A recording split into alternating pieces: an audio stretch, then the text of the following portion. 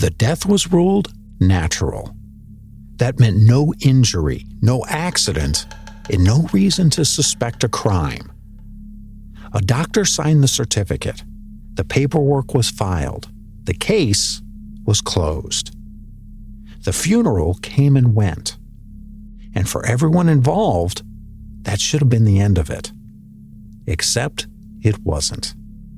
The woman's mother came back to the authorities and asked them to reopen the case. She wasn't saying the paperwork was wrong. She wasn't pointing to something that had been missed. She said her daughter had appeared to her and told her she'd been killed. That was the reason she gave. And somehow, it was enough to force the system to take another look. At the time, reopening the case wasn't standard practice. It required someone to decide that the original conclusion might be wrong, even without anything new to point to. And that put the legal system in unfamiliar territory. Because this wasn't just about re-examining a death. It was about whether a closed record could be reopened based on information that didn't fit any accepted category. And once that door was opened, there was no clear way to close it again.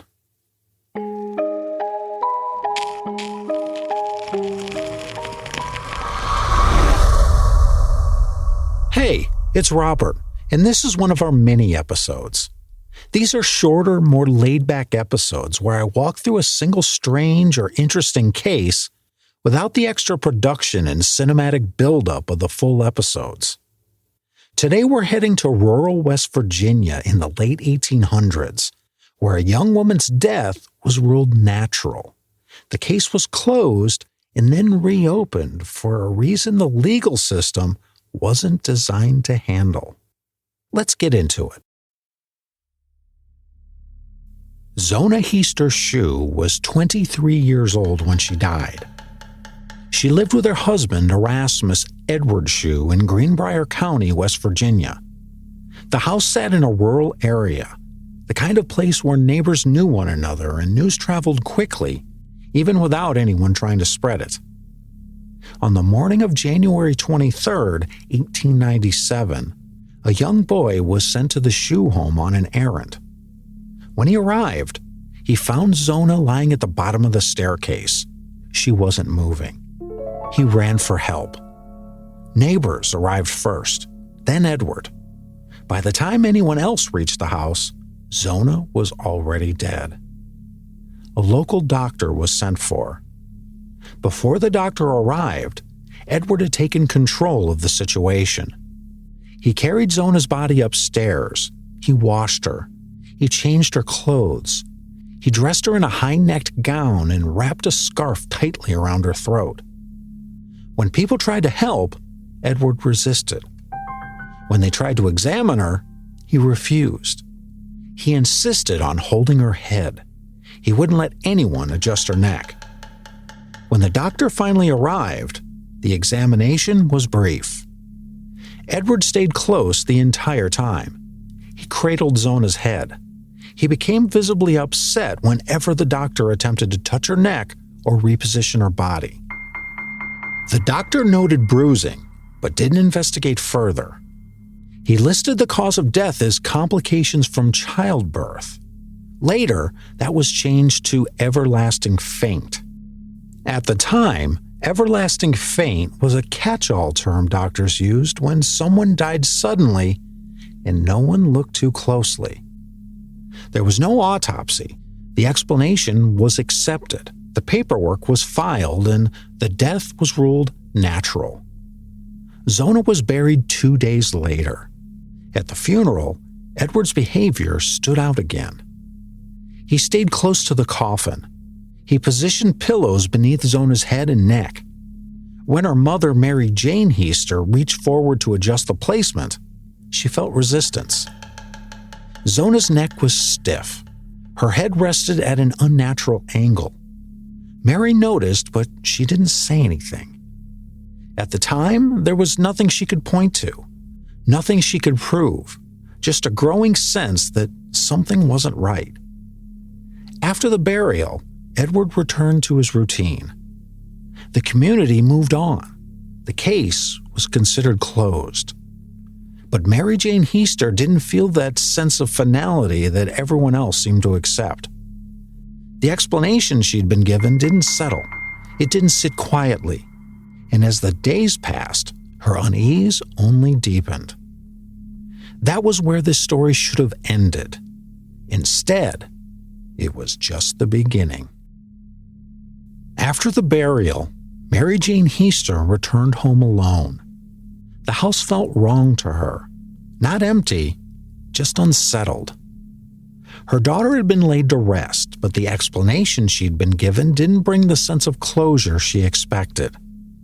The words natural causes didn't quiet anything. They didn't resolve the questions that had followed her since the day Zona died. So Mary prayed. At first, she prayed the way people usually do after a loss.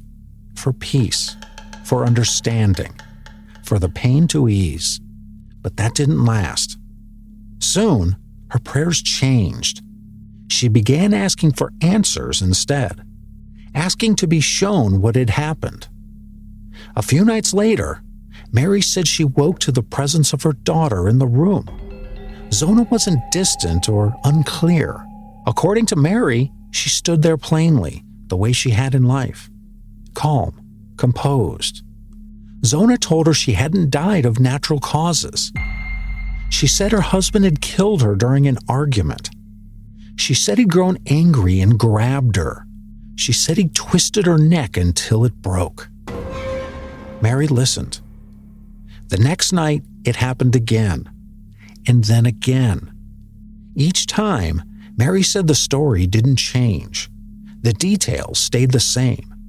There was no embellishment, no confusion, no shifting explanation. Zona described the same argument, the same movements, the same moment where everything ended. Mary didn't rush to tell anyone. She questioned herself first. She wondered if grief was shaping these experiences, if exhaustion was playing tricks on her, if her mind was filling in gaps it couldn't accept. But the visits continued, and the story never wavered. On the final night Mary reported seeing her daughter, Zona did something that stayed with her long after. She turned her head. Not slightly, not unnaturally stiff, but all the way around.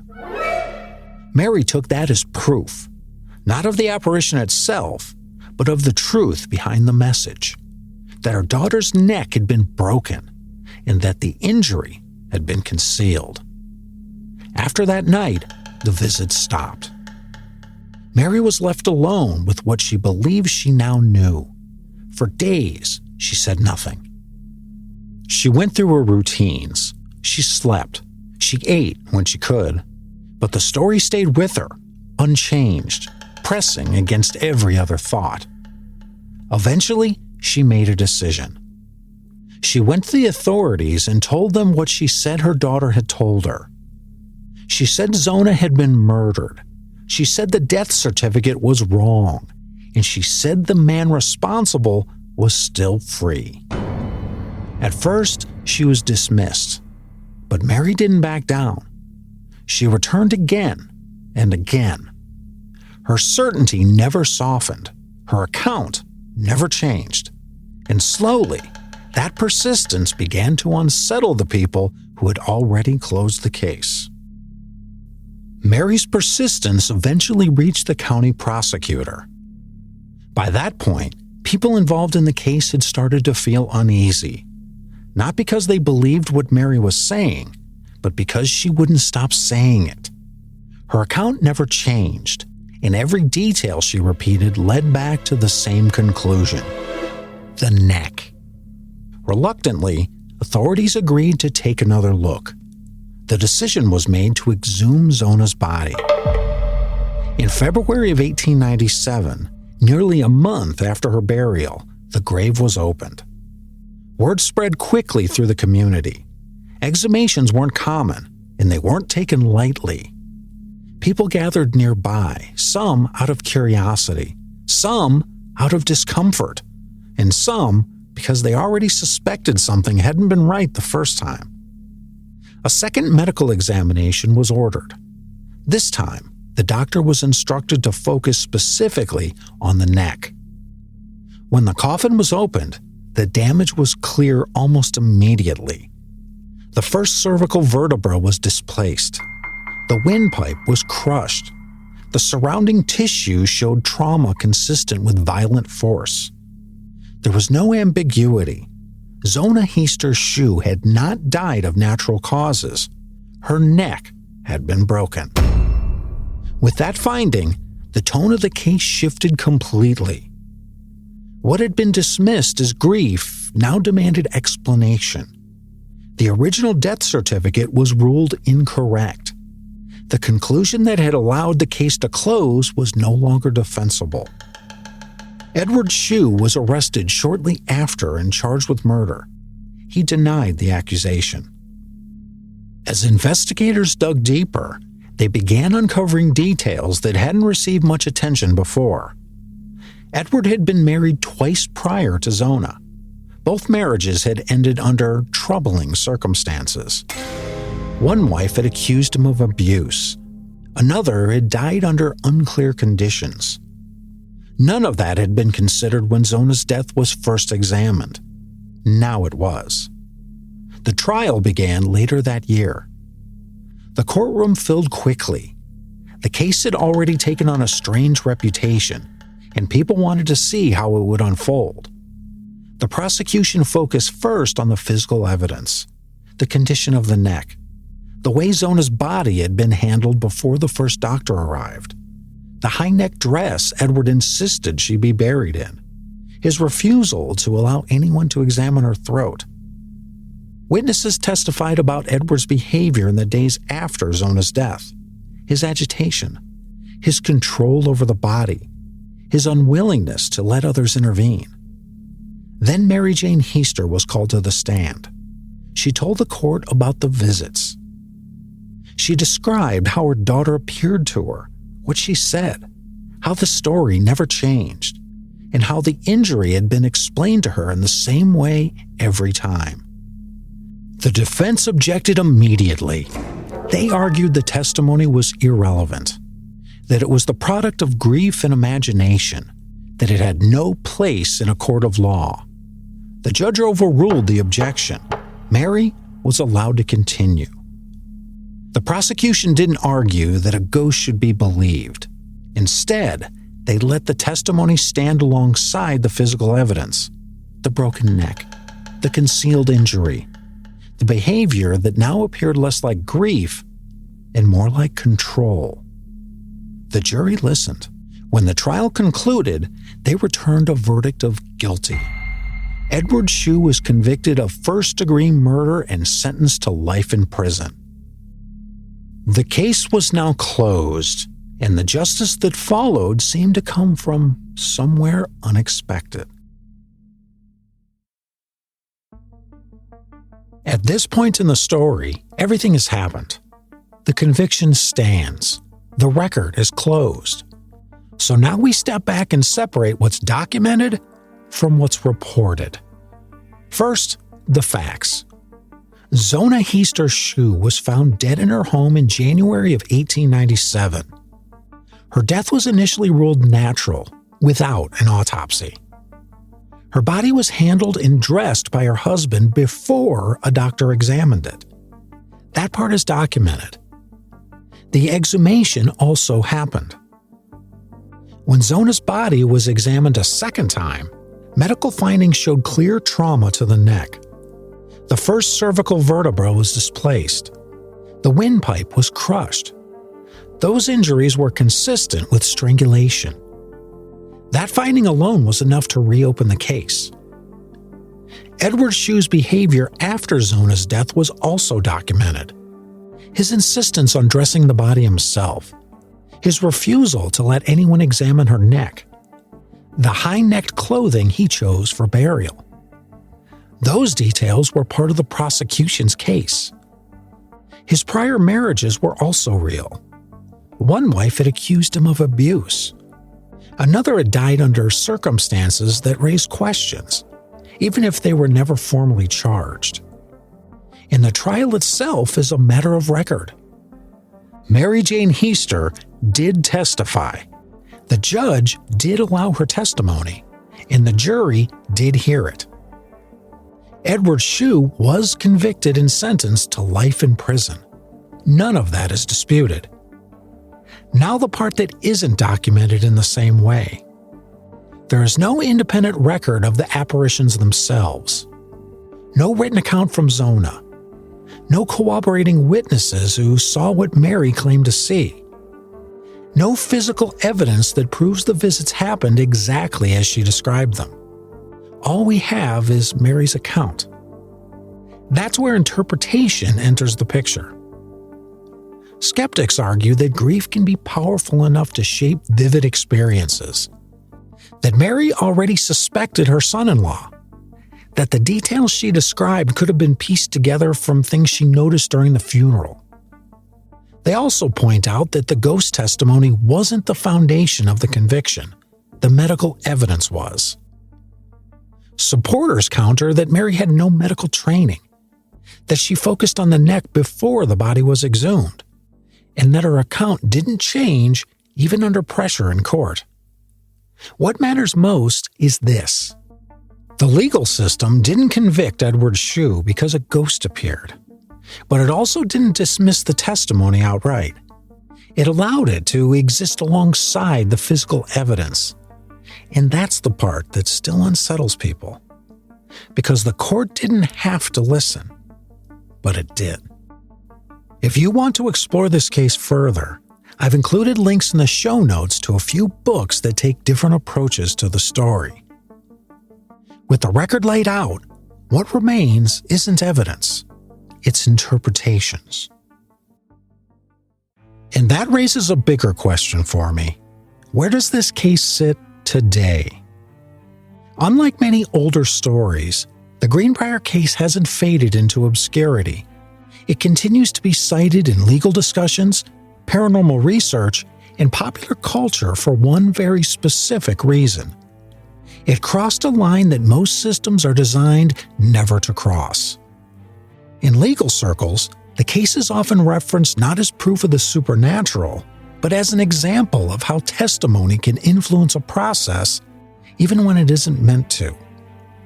Mary's account wasn't treated as evidence in the modern sense. It wasn't tested, measured, or verified. But it also wasn't ignored. And that distinction matters. Over the years, the Greenbrier Ghost has appeared in books, documentaries, and television programs focused on unexplained phenomena. It's often framed as the only American case where a ghost helps secure a murder conviction. That phrasing isn't entirely precise, but it persists because it captures the discomfort at the center of the story. People are unsettled by the idea that something unverifiable could matter at all. The house where Zona lived no longer stands, but her grave is still there. Her headstone even mentions the circumstances of her death, referencing the belief that she returned to tell her story. That detail alone shows how deeply the narrative embedded itself into the local memory. What's interesting is that modern retellings often smooth the story out. They present it as either a clear-cut ghost story or a simple miscarriage of justice corrected by science. But neither version fits cleanly. If the case were only about bad medical work, the ghost story wouldn't matter. And if it were only about the ghost, the physical evidence wouldn't be enough. The reason the Greenbrier case still circulates is because it sits uncomfortably between those explanations. It forces people to ask whether belief itself can act as a catalyst, not as proof and not as evidence, but as the thing that pushes a system to look again. And that's why this story hasn't gone away. Not because it proves the supernatural, but because it refuses to stay neatly in the past.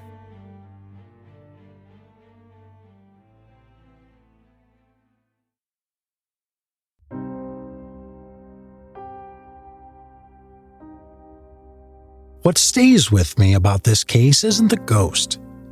It's the fact that the system worked and didn't work at the same time.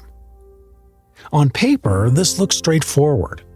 A bad initial ruling, a second examination, physical evidence that corrected the record, a conviction based on facts that should have been found the first time. But that's not how it actually unfolded. The case only moved because a mother refused to accept the explanation she was given. And the only reason she kept pushing was because she believed she'd been given information she couldn't ignore. You can explain that belief in a lot of ways. Grief, intuition, coincidence, pattern recognition, a mind trying to make sense of something that felt wrong from the start. All of those are possible. What's harder to explain is the timing. Mary focused on her daughter's neck before anyone else did. She insisted the injury was there before the body was exhumed, and she never changed her account, even when it would have been easier to soften it or walk it back. That doesn't prove a ghost appeared to her, but it does raise a question that doesn't sit comfortably either. What happens when the truth comes from a place we don't have a category for? The legal system isn't built to handle the supernatural. It's built to handle evidence, procedure, and testimony that can be tested. And yet, in this case, it made room for something it couldn't verify. Not because it wanted to believe, but because ignoring it didn't feel right either. If this happened today, I don't know that it would play out very differently. We'd argue about psychology, about contamination of memory, about influence and suggestion. We'd still be uncomfortable with the source, and we'd still be left with the same problem. Sometimes the explanation arrives before the proof, and sometimes the proof only appears because someone trusted the explanation enough to keep pushing. That's what makes the Greenbrier case unsettling. Not the idea of a ghost, but the idea that justice, in this case, may have depended on listening to something that wasn't supposed to speak. This has been State of the Unknown. Thank you for spending your time with me and for continuing to listen and support the show. If you're listening on Apple Podcasts, leaving a rating or review really does help the show reach new listeners. And if you're on Spotify, you can rate the show by just tapping the stars. And then scroll down to answer the poll question under the episode to share what you think actually pushed this case forward. If you have a story of your own or an idea for a future episode, you can reach me anytime at stateoftheunknown.com/contact. Until next time, stay curious, stay unsettled, and remember that sometimes the answers don't come from where we expect them to.